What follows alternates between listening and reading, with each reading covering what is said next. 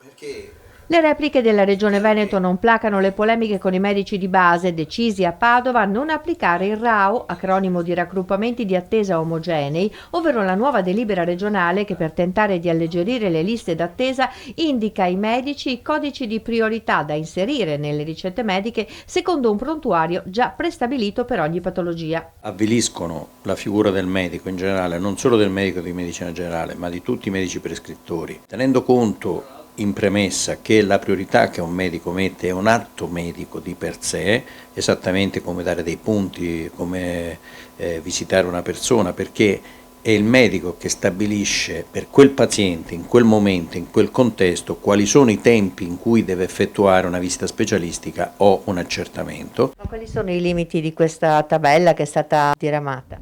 che non considerano una cosa importante, che è la variabilità del paziente che è di fronte, che non è soltanto una variabilità di stato fisico, ma anche di stato psichico. Non può essere fatto per algoritmi in modo in cui ad A corrisponda a B, perché in medicina ad A non corrisponde B, molto spesso non corrisponde neanche C e D.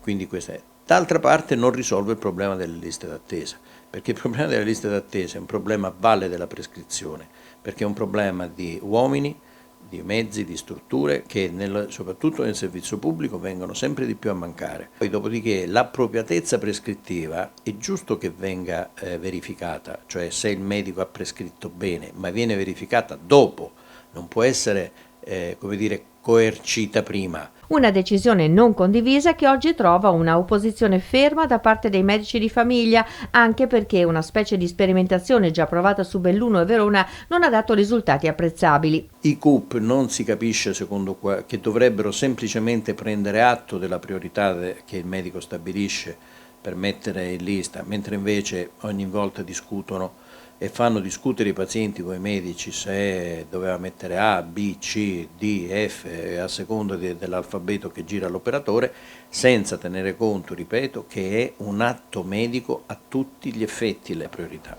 L'unico vero risultato che rischia di ottenere la delibera è aumentare il numero di persone che in Veneto saranno costrette a rivolgersi ai privati.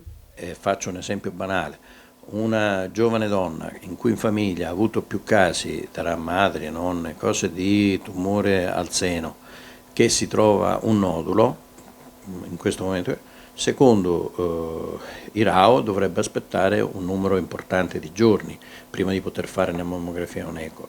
E io sfido chiunque a convivere, che una giovane donna conviva con un dubbio del genere. Questa signora, dopo poco tempo, pochissimo tempo, si rivolgerà al sistema privato. Al momento comunque voi avete deciso di non applicarla. Al momento l'indicazione che abbiamo dato ai colleghi è quella di non applicarlo. Il messaggio alla Regione è ritiratelo. Il messaggio della Regione è che ve lo possono anche lasciare là, ma per quanto ci riguarda questa cosa è una lettera morta.